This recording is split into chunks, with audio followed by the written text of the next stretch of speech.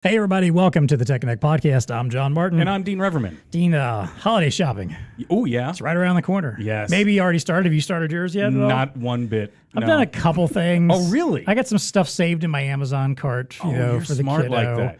I'm a big fan of that. I that did idea add one of thing to my saving list. stuff. So you do lists? Yeah, well, that and if you save stuff in your cart, sometimes the price will change, and you can see that as it's happening. Oh. And Yeah, we can't do that at our house because everybody's in our shopping cart, and then they just hit the buy button. All right, and then all of a sudden, all this stuff starts showing up. I get you.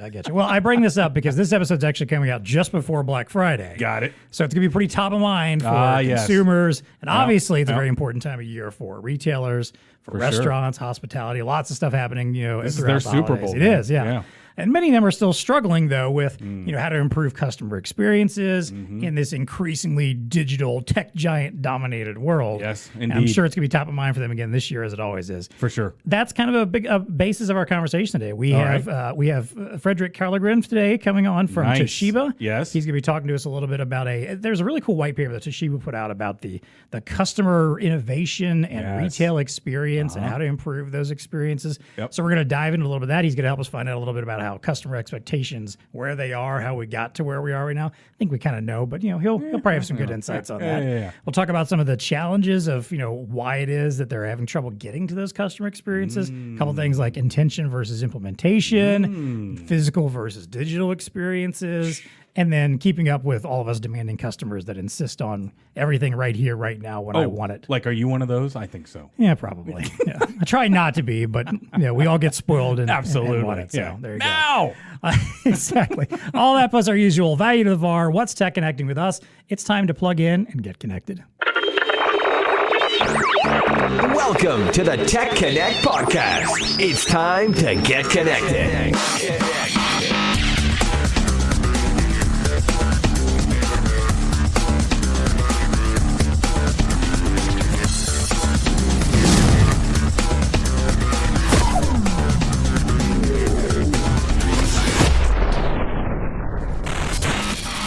All right, as I mentioned, our guest today, Fredrik Carlegren. He is the Toshiba Vice President of Global Marketing, somebody that knows a thing or two about what's happening out there in the world. Fredrik, thanks so much for joining us today. We appreciate having you on the show. Tell us a little about yourself, your background. How did you get to where you are at Toshiba? Yeah, thank you so much for having me. I love that studio vibe there. It's really great to be part of this conversation. Like you said, important topic this time of year, any time of year really, right? But especially now.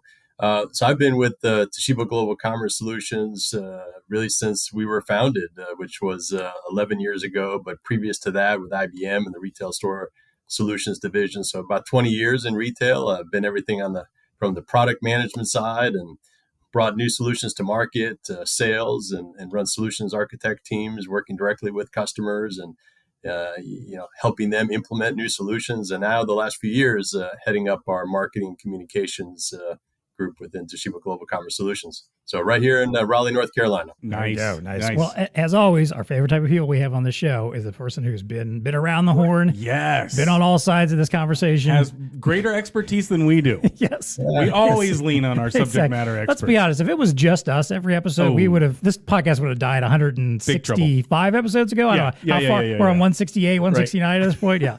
We wouldn't have made it very long. So, all right. Well, hey, Fredrik, we appreciate you being here. And, as I mentioned, we want to break down this really excellent white paper that Toshiba published over the summer that really talks about the three big challenges that retailers and restaurants are facing when it comes to the idea of improving customer experience. So before we get into that, though, let's start off by, I'm curious from your perception, again, as someone who's kind of been in this world for quite some time now and has seen all these ebbs and flows and changes over the years. What does customer expectations look like to you? Where has it been? Where are we at right now? And what do you think has led us to where we are? Yeah, well, it's a great question. We, part of Toshiba, been in the retail industry for over 50 years.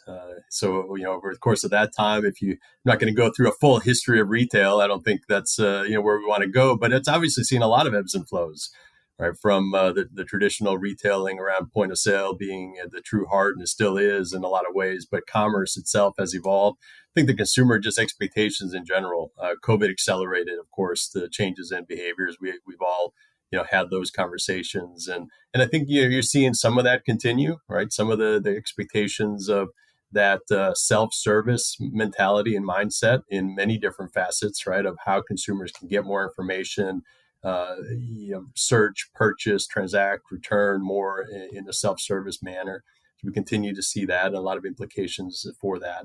At the end of the day, try to be customer first. But we also know in our experience working with our big clients, that also means you've really got to focus on those store associates and what tools and capabilities you're putting into the hands of your employees in the store. And we'll get to that a little bit more. We actually did some other research recently looking at the difference between corporate headquarters and the store personnel, and what are some of the differences in outlooks and perceptions. But one of the things you see a lot is just self-service, simplify, how you provide tools and information to associates and consumers. I like he's providing a teaser for the rest of the episode. I love that. Yeah, is he in marketing? He must be in marketing. He must be. Yeah. Yeah. But we talk about it a lot around here. I mean, customer expectations have changed. Oh yeah. And I'm a half century old, so I've been around and been in retail, consuming retail for a while, and I can tell you that just the changes over the last 5 years. A lot has changed. And you get words like frictionless, right? I mean, that's what people want. They want frictionless type of experience in the retail setting. They want I guess omni-channel is just too old of a word at this point in time. Yeah. But to some people it's a dirty word at this point. Yeah, absolutely. But they do want that blended experience, right? They want to be able to have the in-store and the online and all that together. And just the amount of pressure that's putting on retail, it is kind of amazing. And then, of course, the Amazon effect. And it gets just down to the whole, well, I want it now, Daddy, kind of a thing. And, I just hit the button and it shows up. And in now hours, kind of a thing. And I didn't have to get out of my pajamas or didn't have to get out of my PJs. Yeah. Nope. Yep. It just shows up, right? Kind of a thing. So lots changed. Definitely. Yeah. I mean, and I recognize that myself too. I think about that sometimes as the times when I do set foot in a store for one reason or another. And I'm always like, man, like I haven't done this in a while. I forget, how this even works. Like I gotta go to down an aisle. I think that's what they call it, and find a thing and put it in a basket. That's just and walk dude. That's just you. I know. That's just you. I'm more averse to the brick and mortar experience probably than most.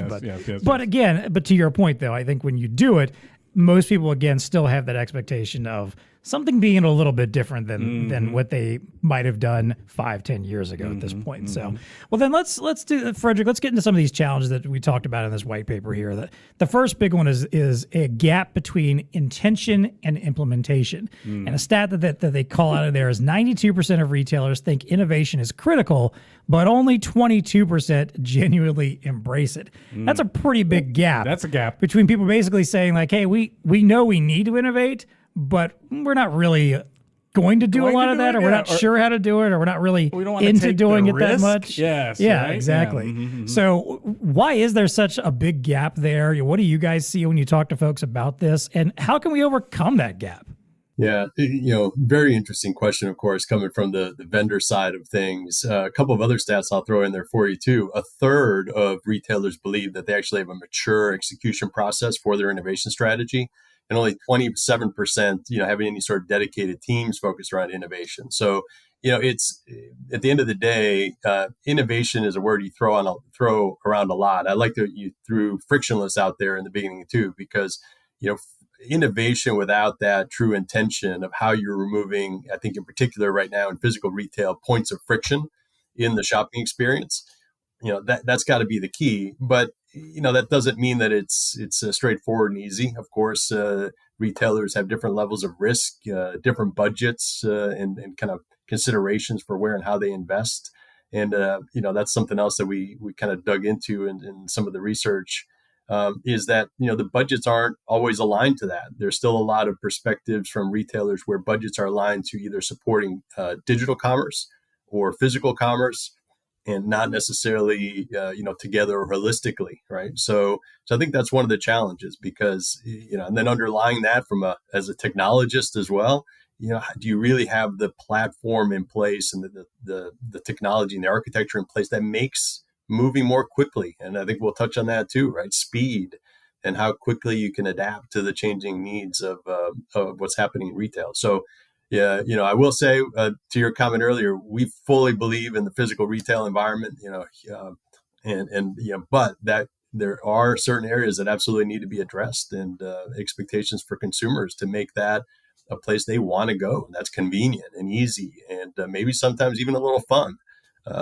So innovation plays a role in moving in that direction, and but clearly there's work to do in ensuring that the executive commitment to removing those points of friction are there, and you organize and get your budgets aligned to that. So there's a lot of considerations and variables at play. There sure are. And one of the things as I was reading this paper that it really kind of jumped out to me, because when I put on my reseller hat, I connected to this whole concept, and that is you're kind of going up against, now I'm talking about the VAR perspective. You're going up against the fear and failure and uncertainty that the ROI is going to bring. Whenever you try to what's the intention and then the implementation gap, right? So you're just dealing with that inertia. Well, like, we intend to do it, but how do you break the inertia of actually trying it? Right, and so one of the solutions, they say, establish new ways to pilot ideas. I mean, it's so simple, but if you can just get in the door and do a proof of concept, or get a little bit of the solution off the ground, and even in the most smallest of ways, it could just be a single store or a single lane, or over in the corner, we're going to try this concept kind of a thing. But just kind of get the proof of concept off the door. I'm telling you, when I was a reseller, that was key. If you could get in the door, that now you can start having a meaningful conversation, because other than that, it's theory, right? It's like, we're just talking, it's a whiteboard and it's theory. But if you can actually get the solution installed, now you got something you can put your teeth into. So it's a good point. If I could jump in on that point, I think that's really interesting. One of the things that we love in working with the reseller community and ISVs, the relationship we have with our VARs is a very important part of our business. But one of the things that we can contribute to that conversation is the experience we have working across many different retailers in different segments, right? And so, helping really partner with our partners is is an important aspect of it, right? Let's share those best practices. Let's share the insights about what we're seeing in terms of return and different types of investments, and leverage it. At the end of the day, we want to make retail as an industry better. We want to make this and find the opportunities for growth across the board. Yeah, and another one that I'll call out here, again, kind of bridging the intention and implementation gap. A lot of folks, worry about, well, okay, so we can implement this, but we don't really have the resources, their expertise to keep up with the training and stuff like that, which is where a partner like Toshiba and their ecosystem does a fantastic job, right? They have the ability to crawl, walk, run with an organization to implement these new solutions that really, quite frankly, have to be in place by this point in time. When you talk about some of the things that we're talking, the frictionless or the self service and those types of things. These are just table stakes almost to a certain degree. So helping your customers from a reseller aspect, you need to be able to lean on the resources that somebody like a Toshiba will bring to tackle that fear that the end user now has of, I don't have the resources, or we don't have the expertise on how to handle this new whatever self-service station and things of that nature. How are we going to train our staff? You have the resources there to be able to do it, but it's important to tackle those issues early on. Oh yeah, definitely. And I think the important point you guys are both making here is this idea that we're far beyond the point where a reseller should be approaching their retail and hospitality customers and saying, "Hey, did you know you guys need to innovate?" Duh, they know at this point. They should. If that's what your attitude is and what you're trying to do, they're going to laugh you right out the door, and that's right. You're not going to get any business with them. So it's not about that. It's more about getting in there and explaining and educating on the how. To your point, giving them case studies or actual test, proof of concept stuff that they can play with, showing them where the ROI is going to come in, helping them figure out the role that we're going to play as partners and the ecosystem that we have to tap into of all the people that can come in and help make this happen. It's not, it's no longer by the way, did you guys know that you need to be improving customer experience and innovation? No, it's hey, we know you're thinking about this stuff and you're trying to figure out how to do it. Let us help you with the how to do it part. Let's come in and take a look at your business. Let's figure out ways that innovation, that we can close that gap between what you would like to do and think you're capable of doing. Let's figure out a way that we can make that mesh together and actually develop some concepts and some business together to make it work. 100% agree with that. And I like the pivot that Toshiba has made recently. And Fredrik, maybe you can comment on this, by embracing more and more of the ISV community, because, there's just an understanding that in order for all of us to succeed, ISVs really bring a unique angle to it. Yep. And there's just so much innovation happening on that side of the equation, on the software side of the equation, if you will. So I love the move that they're making to kind of pivot and embrace and bring those folks on board. Fredrik, you're right? Yeah, 100%. 100%. There's so much that needs to be done and can be done across the board, and it's not Toshiba versus anybody else. It's an ecosystem. It takes a village, just like anything this big. And retail, quite frankly, is too important to claim that you can do it, kind of all yourself. So we fully embrace. We have a separate reseller program, for ISV program, all part of our what we call Together Alliance, program. So it really does point of sale ISVs, other embedded partners we're working with around specific capabilities that they bring to the table.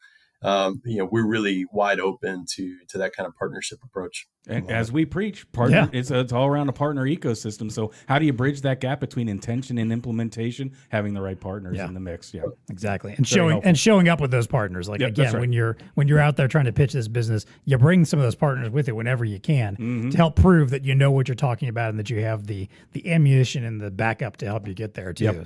Yep. All right. Well, let's go into challenge number 2 here then, which is combining the physical and digital experiences to improve profits. From a technology point of view, what do we think needs to happen in these brick and mortar stores in order to truly feel like they're an extension of what consumers are experiencing digitally? And then connected with that, how do we convince the retailers then that making those changes is going to actually turn into a profit? And that's kind of what we were already discussing, is that idea of helping them understand the intention, the intention part versus the implementation. So how do we do that? How do we get them to understand the idea like, hey, adding digital and figuring out ways to combine what you're doing in store with what you're doing online, or maybe even not even doing online yet, is going to make a difference for you, your store, and your profits? Yeah, this is where I do think it's important to look at the consumer journey, right, with the brand at the end of the day. And if you kind of lay out that journey map, it's very clear that the points of interaction with a particular retailer varies greatly, right, from mobile to web to store. The expectations of how all that works together. We looked at did some other research that we just actually made public yesterday. 93% of retail decision makers, said that they were committed to and needed to use more customer behavioral data in their physical retail environment. And actually, the opposite was true too. If you could, learn more about the physical store retail experience of a consumer and apply that to the digital commerce space. So, at the end of the day, it's getting that, getting that information shared. But there's another point that I found was really fascinating, which was when we looked at that difference between what corporate headquarters at retailers said versus what their in-store teams said. And that notion of, we call multi-channel, omni-channel, except those interactions across different channels, the insight to that data was vastly, vastly different. I mean, it was almost 3x the amount of the headquarters function thought they had so much more insight in terms of that data than the stores did. Stores have really no idea about the consumer experience with the brand outside of that particular four walls when they're in there, right? So it's to really get the combination of digital and physical. I think you have to understand how is your consumer ultimately engaging with you. And, then at that point, from technology plays a role in that, other operational pieces play a role in that. But we can go into any one of those in any particular depth. But at the end of the day, I think it comes down to a word you hear a lot, which is personalization. Do you really know the customer? Do you really know when, where, and how they've interacted with you so you can deliver an experience that's a little bit more personalized to them? And that's something that we've come to expect more and more through pure e-com kind of environments and post-pandemic. I think this idea of feeling like you're being presented with something more meaningful is a key part of the experience when you look at combining that digital and physical. It's fascinating that you brought up some of those statistics, because I wouldn't have thought about that. When you think about it, if you're a large retail organization, I would think that, how do I get my thumb on the pulse of what's happening? Right. Well, go out to your stores and talk to people about it. Don't sit in the ivory tower, right, and have people conduct surveys and stuff like that, because you can find out some meaningful information by going out and talking to them. Fascinating. No doubt. Especially if you're relying on last year's survey data, because things are always changing, even over the course of a year there. Yep. I like what you had there to say there, Fredrik, about the idea again of, tapping into the data of what's happening on the store with the customers. I think you could also say that about the employees as well. Yeah. And I think especially if you're running stores or working with retailers, that their stores, which, let's be honest, most stores are trying to cater to younger crowds whenever they can, because it's where the buying power typically is. Mm-hmm. So if that's the goal, if they have younger crowds, well, guess what? Those younger crowds are very, very tech savvy. The younger shoppers are consistently getting more and more tech savvy as the rest of us get older and less tech savvy, or the ones who at that time necessarily weren't as tech savvy as they currently are. Right. So you've mentioned this before, and you've talked about your daughter working in retail, for instance. Yep. That there's times when she would mention that she gets frustrated with something like, this just doesn't work as quickly and as easily as you want. That's right. I mean, just having some of those conversations and listening to some of those folks tell you like what frustrates them about the in-store experience, whether it's a customer or an employee, can go a long way to helping you understand exactly where there might be issues and where the merger between what people expect from digital tools and what they experience in a store, for sure, where that line's getting, either getting blurred or is so far separate that you need to figure out how to fill it in some way. So, I mean, just talk to people, let them tell you what they need. Think about what you appreciate when you're shopping online, or what kind of stores that you visit that you feel like give you a good digital experience. Yep. Just take a moment and think of yourself as a shopper and what you do and don't like, and what you think that good stores are doing right and not so good stores are doing wrong, and apply that to how you think about it, the solutions that you want to go out and present to your customers. Well, and on that point, and Fredrik, let's maybe dive a little bit in, because you brought it up earlier at kind of the very beginning, the whole idea of enabling associates. When I think about how retail has changed, right? And the automation and the frictionless nature of retail, what I'm seeing and hearing in the marketplace is, well, we're going to take our human resources and start converting them more into, the associates, and enabling them in different ways, right? Enabling them either through devices or improving the overall customer experience. Are you noticing that as well? And what are some of your thoughts around that? Yeah, I think it's such an important topic. Technology is never separate from people, and the process and the operations and how that technology is used, right? You can't separate those two. So when you look at some of the data and insights that we've gathered, that's certainly part of it. There's both the consumer expectations to, hey, let me do more on my own, and there's some data that actually is showing we actually don't want to necessarily engage with associates either. We would rather try to do things on our own, find, products, check out on our own. But if we have an associate there, then, make it as easy and quick to have that interaction as possible. And from the associate standpoint, the employee standpoint, it's often, look, maybe I have too many tools. Look, I'm doing, in this case, and a lot of, depending on the segment we're talking about, you have multiple jobs and things you're supposed to be responsible for. And even though it might be excellent technology, does it give you the information in an easy, convenient way so you can very simply address the needs of the shoppers? If it's anything more than that, it may actually have a counter effect, right, to the overall impact. So, very important to look into how it's actually implemented and used at the store level. And getting back to the whole front of house, back of house thing, and I brought up the fact that my daughter, she works at retail and one of the, and kind of a nationwide chain, but I think it's fascinating that her role is basically an associate, right? She's front of house, but I think I told you the story that that this location is also tasked with doing online order fulfillment. Right. And what they were doing was stress testing her particular store to make sure that they could take on the holiday rush that we're now getting into. Right. And so how did that go? They amped up the amount of orders that went to her store, and no, they were like freaking out. They went from maybe fulfillment of 5 to 8 orders to 300 orders. Oh, and no. It's like, okay, so we failed the stress test or whatever. but you see what I'm saying, Fredrik? It's really kind of interesting how these worlds are now blurring the whole online and even down to the worker level, right? I mean, it's different for them too. So I'm sure you've seen that. Or any comments on how those worlds are kind of blurring too? Yeah, I mean, I'll give you another example.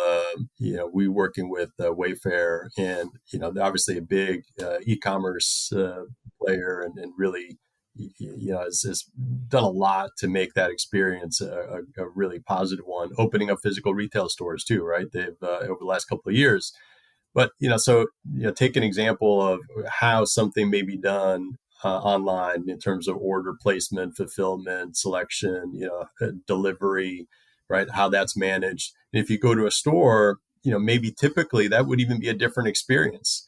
And now you've created, and in this case, the way we're working with Wayfair is actually saying, look, if you've developed that on e-com, right, let's take and port that and your microservices and capabilities and run that on our store commerce platform. So you're creating some consistency then also in terms of not only how the consumers are used to maybe going through the flow of engaging with a brand in both environments, but employees also, right? So that they're not maybe confused in terms of how they help somebody who placed an order online and they want to then come to the store and find out more information about that. So, I think it's really important. And that's part of also what drives the profitability and the ROI equation that you talked about a little bit earlier, right? Is you have to understand the role of tech and how it's going to be deployed, how quickly you can move and adapt to the needs of the consumers. But that's another example that I think might be of interest to the audience here. Yeah, definitely. Well, let's talk about then the last challenge that we had in this white paper, which is probably the big dog that most people are really concerned about, which is keeping up with the customer expectations. Because it's not getting any easier. No, we're not getting any less stubborn and bullheaded about what we expect and how quickly we expect it. I don't think we're ever going to. Let's be honest. That's right. I don't see a day when we all just suddenly go, you know what? It's fine if it takes a couple weeks for it to get to me. It's fine if you don't have what I need when I need it. Not a big deal. Yeah, we're good. I don't think that's ever going to change. So how are you seeing those expectations evolving? What are you guys looking at when it comes to, the customer expectation, where we think it might be going, and more importantly, what can resellers and ISVs do right now to help their customers stay current, stay flexible, keep up with the demands as they're changing, and maybe the unexpected stuff that might come along the way?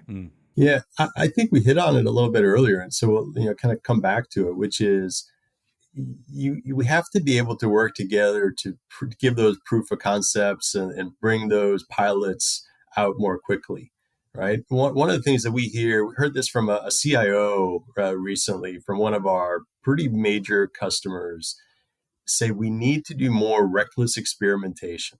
This is a CIO at a retailer using the word reckless experimentation. and what? Yeah, you're right. But it was almost jarring, right? When you hear that from a customer and a CIO, we're not moving fast enough, right? We've got to be able to test more. We got to be able to fail faster if we need to, trial things out. And unfortunately, well, let me put it on a positive spin together, with the VARs and ISVs, right? We've got to be able to come together and put the capabilities in place that allow for that, right?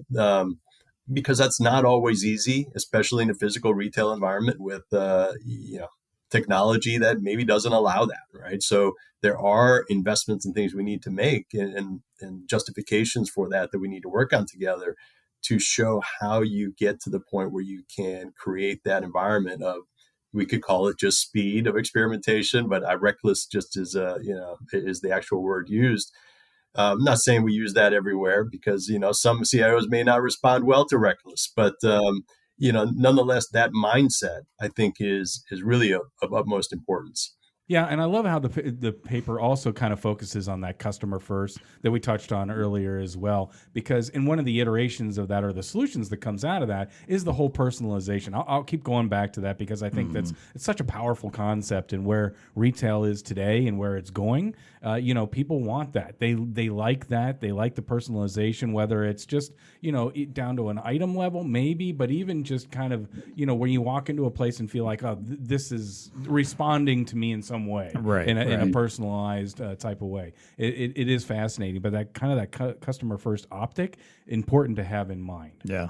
So it's funny. I was out of the mall the other day, not because I was shopping, but because I've become a mall walker at times. I'm getting old enough that walking around the mall, it seems like a great idea to get some exercise. You're officially old, dude. Yeah. But anyway, go ahead. Yeah. But anyway, it's always fascinating to go to the mall, especially post-COVID now, and see, it's very barren, let's be honest. A lot of those big anchor stores have gone the way of the dodo or just pulled out, and there's always this kind of like revolving door of stores inside there. But what I am starting to notice, though, is more and more stores that clearly have a digital first approach and a customer experience approach, where even though it's sometimes very simplistic stores, you'll walk past them. And I notice it happens a lot with like sporting goods and like sporting apparel and fashion apparel stuff, where the store has very little product actually out and about. And they're not expecting you to walk in and buy something off a rack. They have some stuff you could potentially. More than likely, you're going in, you're checking out stuff, and they're ordering something for you, either shipped to your home or to come back to the store and pick up. Yeah. And even I look at something like that, I'm like, man,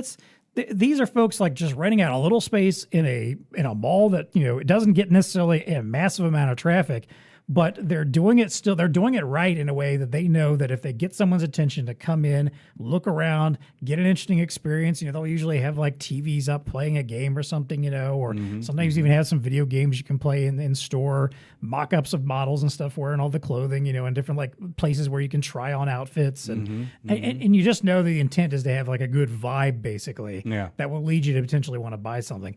I look at that and say, if a little pop-up shop in a mall can do this and kind of seems to get it, there's no reason why a traditional retailer that's been around for a while, or even just a local or regional one, can't do the same thing as well and meet those expectations. Maybe that's the path to being reckless, is going into these malls and opening up these little pop-up shops that could be where they can test these ideas. You know what? Maybe it makes sense, because I'm sure there are retailers that are doing that. But, we saw a lot of restaurants start doing that, especially during the pandemic, do those like little concept pop-ups where sometimes they weren't even opening up a physical location, or it was just like a little location they popped open where you could come in and grab something, or more importantly, you could order online and just narrow their focus on like salads or burgers or something like that. I don't see why retailers couldn't potentially do that too. And that would be your great way to, because I guarantee you, it probably doesn't cost you a lot to grab a little slot in a mall at this point, to throw up a shop for a couple months and try something out. Get a little data. But I think it just speaks to the whole, what Fredrik was saying, fail fast, right? I totally get that concept, and innovation kind of needs to have that optic. How do you keep up with rapidly changing customer expectations? Well, you got to try stuff, and you got to fail fast, and you got to have an ecosystem. I think it gets back to the ecosystem of partners that can enable that, right? I mean, you have to be able to lean on those folks, because obviously, clearly, if you're innovating, you're getting maybe out of your core a little bit, and you have to have great relationships, good, and with good service providers that you can kind of pivot and do those kinds of things. Really fascinating. Definitely. All right. Well, hey, before we talk a little bit more about Toshiba and how they really fit into this picture and their focus on innovation and customer experience, we want to, as always, thank the sponsors of our TEConnect podcast, our TEConnect program. Big thanks to Toshiba for sponsoring this particular episode and lending us Fredrik to chat with today. We appreciate having him on.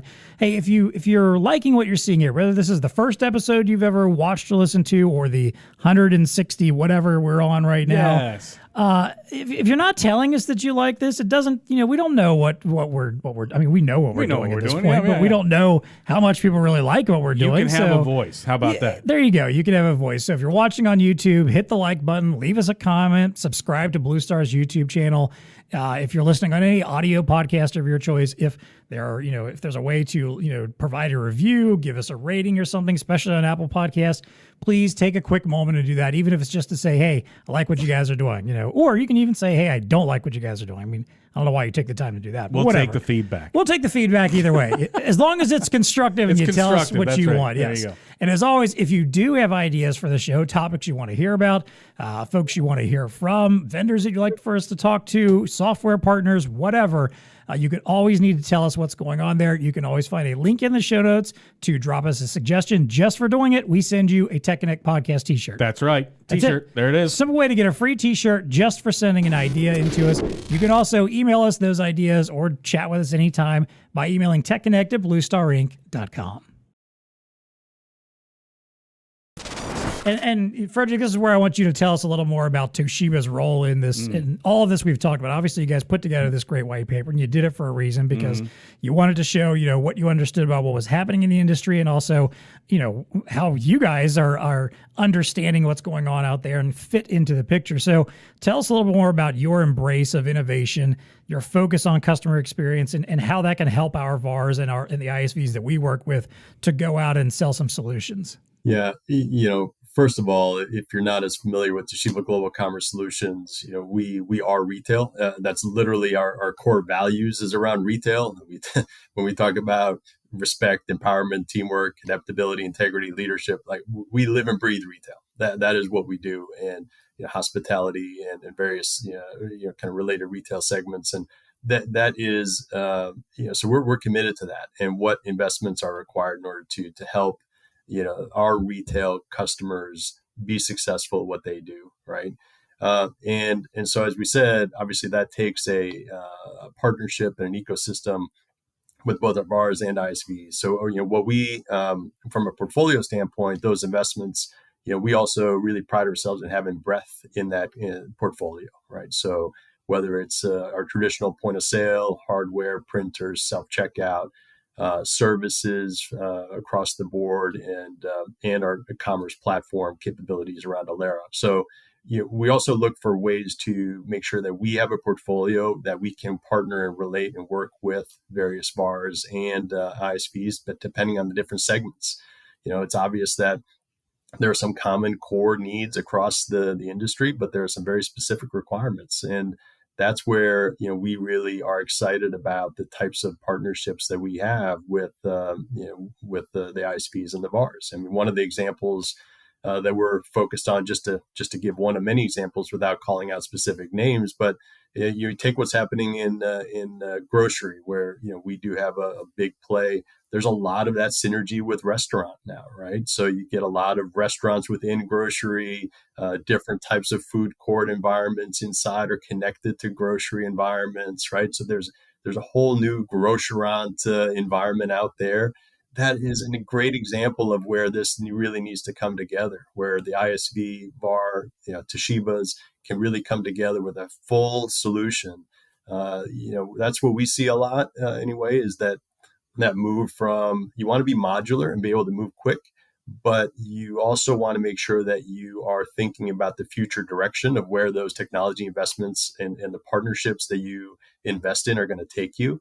And so it's not putting together, lots of disparate solutions that are best in class necessarily. It's understanding how does that all work together, and what does that look like when I want to take the next step a year from now, 2 years from now, et cetera. So, that's just some of the way that we think about in terms of the importance of really embracing that the ecosystem, and then putting the programs in place to make everyone successful in the process. If I was an ISV, company, I would say, many of them sit back and they kind of look at our whole world, right? Mm-hmm. Like, what does the retail landscape, technology landscape look like? And it's got to be highly confusing because there's so many options out there. But what Toshiba brings to the table, in my mind, is stability, is the knowledge. I mean, they've been in the industry for, what is it, Fredrik? Since retail started, but obviously, but well, no, not quite, decades, right? But over 50 years. There you go, over 50 years. They know exactly what they're talking about. Right. They have the expertise, and that's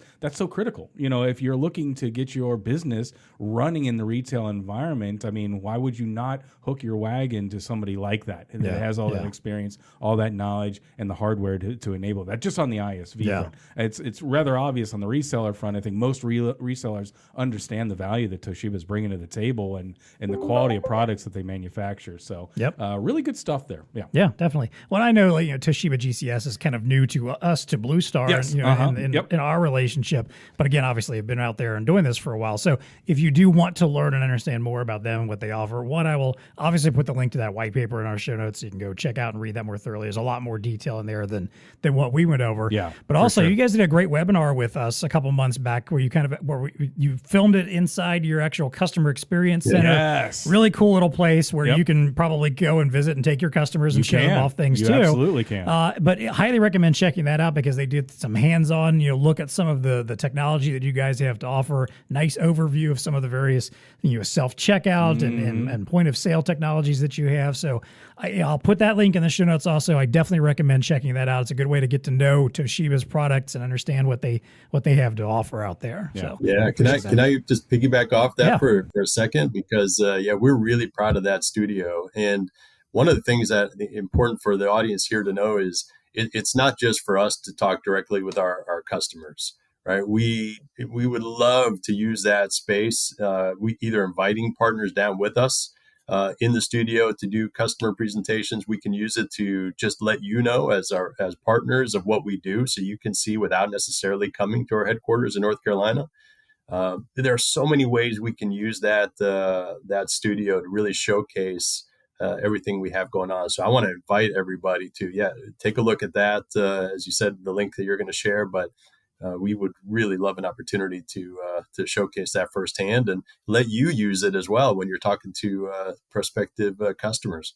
There you go. Yeah. The speed of innovation through a center like that. Exactly. You've got something like that, you got to use it. You got to go out there and put that to use. So got that right. If nothing else, it'll just wow people just being able to see something like that, because that's not the norm. That's not the usually people show up in your environment and maybe bring you something to look at. Absolutely. But this is an opportunity to go, really see some stuff in progress. This is still an industry where people like to kick the tires, to use air quotes. And what better way than go to an innovation center and say, hey, here it is, right here. There you go. Yeah. Maybe don't kick the product too hard. Actually, you can kick Toshiba stuff. It'll still probably hold up. Yeah, it'll still run. It's good for a while. Yeah. There you go. All right. So, like I said, check out the show notes. Find those links to learn a little bit more about what Toshiba has to offer. Let's wrap things up as always with our favorite segment each week. What's TEConnecting with you? Yep. This is where we get to talk about something in the world of science, business, tech, innovation, or just a random story we feel chatting about today. I'll let you start, Fredrik. What's TEConnecting with you right now? Oh boy, yeah, you've thrown out a good question. All kinds of stuff. I mean, we talked a little bit about the study we did yesterday. That's really top of mind because I think it's super cool to look at that. Differences between what's happening in the stores and corporate. AI. I don't know. We can go there too. That's a really interesting one to see. I would frankly love to also have a conversation with the audience at some point, right around where is that going and how is AI going to play a role? You mentioned personalization earlier, right? And I think there's huge opportunities for AI in that space. Where do you want to take it? That's a great question. Yeah, really. The AI thing always fascinates us, and we've had conversations about generative AI, we've had conversations about machine vision and all that stuff. I'm still waiting. Fredrik, I don't know if this is a movie you're familiar with. There's a movie Minority Report with Tom Cruise and Steven Spielberg. Very early on in our show, we were talking about that movie and that being like the future that we're fascinated to see if it comes to pass, of where people will walk into a retail environment and get like an eye scan or whatever that immediately starts marketing directly to them and screen. Yep. And we're getting there. We're getting closer to that. Getting there. Are you guys seeing stuff like that there? Are you seeing that possibility of, the future maybe, of super personalization? Yeah. I think we're not quite there yet, right? We got a ways to go to get there, but I think so. But actually, you reminded me. I know we're kind of getting close to Black Friday, but if I think back to Halloween, there was some young kids that walked up. I have a jack-o'-lantern on my front porch that you turn it on and it tells jokes. It's kind of LED driven. If you've seen one of those, right? Well, so I was amazed. This young group, 3 young boys, comes up to it and they start talking to it, expecting personalized answers. They thought it was essentially like an Alexa Siri conversation. And so, thinking to this conversation at the time, I was like, wow, that tells you about the next generation of consumers and shoppers. They, what they're expecting. I want to walk in, I see something I can interact with. I'm going to expect it to interact with me in a certain way. And I thought that was Okay. All right. Well, that's the That's goal. a good point. I didn't even think about that, Frederick. So my brother during Halloween, he would be the guy that had the character out front, the Halloween, and then he'd be behind a window with a microphone, and he would talk with people, because he could hear what they're saying and stuff like that. So when the kids would come up, hey, happy Jack-o'-lantern kind of a thing. I never thought about AI replacing that with just a simple chat bot or a Siri or something like that. There you go.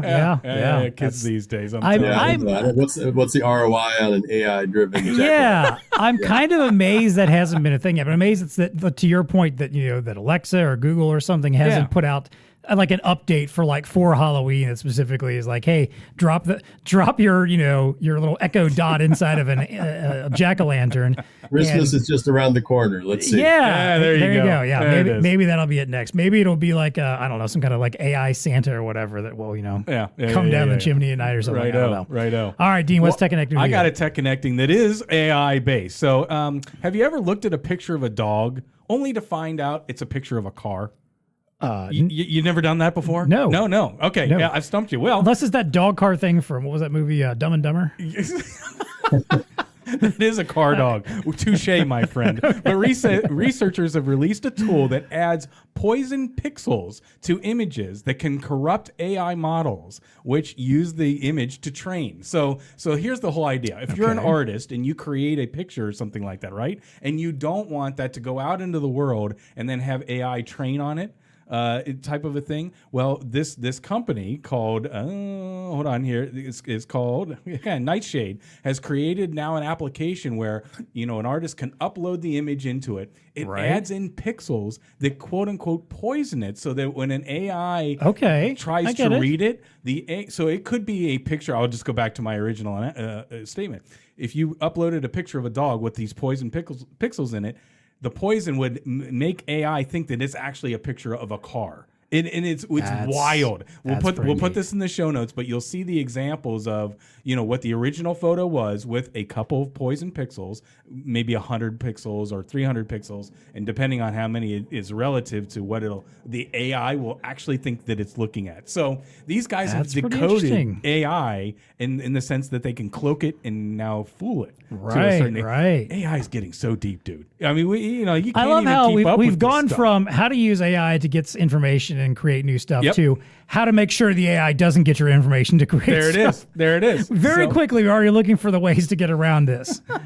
So the tool is going to be called Glaze. It subtly alters the work of an artist by inserting these pixels and making AI systems detect the initial image completely differently than what it is. I like that. So if you want to protect your intellectual property and you don't want AI reading it, put in these poison pixels. Yeah, there you go. Fascinating stuff. So what's TEConnecting with you? All right. So this might be something your kids have done, or if you live in a neighborhood where there's a lot of teen kids around. Yep. The whole like Nerf blaster war. Oh gosh, yeah. Were your kids into that at all? Or? Oh yeah. And in high school, it's a thing. Yeah, and still very much a thing. Obviously, very popular that the kids run around with those little Nerf blasters that shoot the kind of soft pellets, little darts out, if you will, or whatever, and just go have wars with each other. Well, apparently Hasbro, the company that owns Nerf, is taking this up a notch by actually starting Nerf ball as a sport.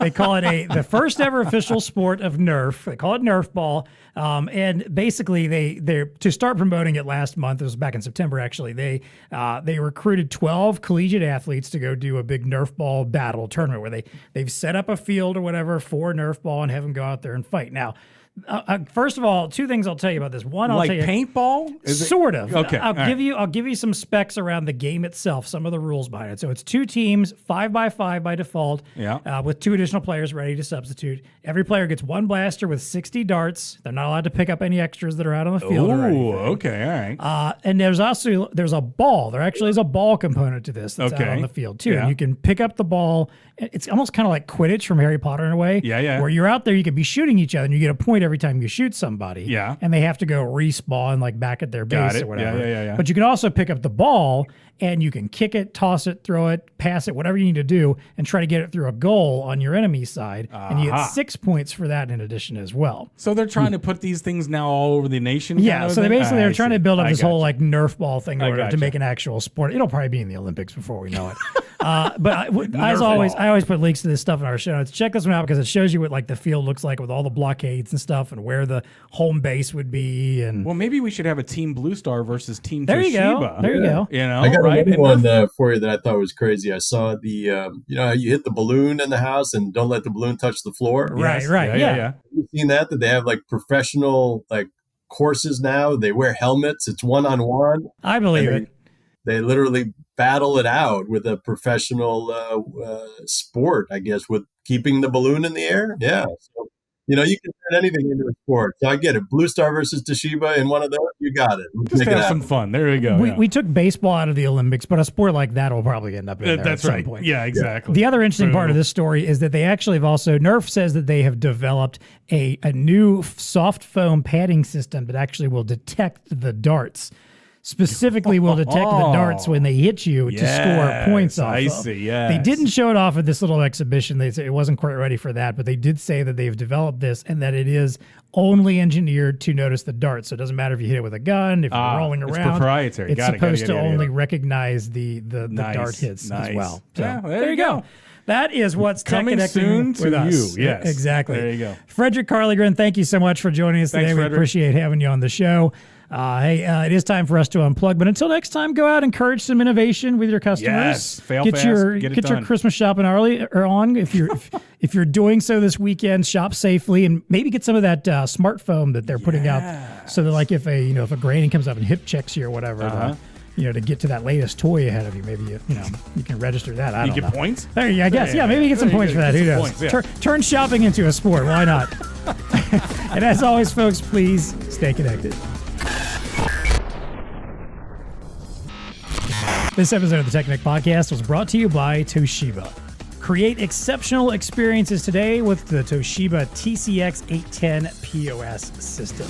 The TCX 810 POS system is Toshiba's most powerful and robust all-in-one point-of-sale system, delivering the performance, durability, adaptability, and serviceability your retail customers need to thrive today and in the future. That's what we've been talking about today, is Got that right. adapting to the changes. Absolutely. Being ready for the now, being ready for the future. Yep. Well, the TCX 810 has an industry-leading number of I/O ports for maximum connectivity, multiple FHD screen sizes offering richer colors and deeper contrast, an 11th gen Intel processor, and Wi-Fi and Bluetooth wireless connectivity. Boom. An IP53 rating makes this rugged system tough enough to endure 7 years of spills, drops, and continuous chemical cleaning, or kicks in the customer studio innovation center. I'm telling you, their stuff lasts. Come on now. All right. So, hey, you can go knock the TCX 810 around a little bit. You might get a bill for it after the fact. I don't know. So do it at your own discretion. But check out the link in the show notes or contact your BlueStar account manager to learn more. TEConnect Podcast is brought to you by ELO. Modern point of sale goes beyond just having a touch display and cloud software. You need some sleek functional accessories too, right? Yes. It's got to look cool. It's got to have a nice presentation to it. Accessories. ELO has that covered with their retail-hardened Z-Series POS stands. Each model of the Z stand offers cable concealment to keep counter spaces clean. I remember what that was like back in the day. Right. When you had these Cords just everywhere. giant, massive cords and cables that were collecting dust. And oh my God. I would be the person who had to get back there like once a year and clean that crap out. Because I was the only one that cared. It's better than the grease trap, dude. But anyway, go okay, ahead. all right, I'll give you that's probably true. I'll give you that. A single cable connection to add a customer-facing display and compatibility with ELO's I-Series displays. The Z20 and 30 offer integrated I/O, and the Z30 can include an integrated customer display. The Z stands are also available as a component of pre-packaged ELO POS Android point-of-sale solutions for compact spaces, full service to self-service versatility, or maximum connectivity with interactive CFD. To compare options and find the right stand for your next POS install, check out the link in the show notes or contact the BlueStar ELO team. TEConnect Podcast is also brought to you by Zebra. Zebra recently sponsored a special episode of the podcast that featured a panel of industry experts and a live audience asking questions. Yes. The topic? Do you remember? What? No. Of course you don't. He's like, I just show up for these things. I don't remember. Point of sale payments and retail and hospitality trends. Yes. The panelists, I'm not going to make you guess. Remember who those Please were. don't. Yes. Zebra's Director of Product Management for POS and Payments, Andrew Kim. CDW's Director of Strategic Industries, Andy Zanger. Also a separate guest on the pod before. Yep. And Retail Management Hero, CEO Jeff Riley. Mr. Riley. We had the goods. That's right. Us two goons were there too. Powerful team. Yeah, we were there too, but we were just mostly letting those brilliant folks do Oh, all the talking. absolutely. So, 100%. check out the episode to hear about mobile and tab pause shifts, PCI 4.0 implementation, the move from Windows to cloud-based, cybersecurity risks, and much more. Check out the TEConnect podcast episode number 159 by clicking the link in the show notes or finding it anywhere you get podcasts.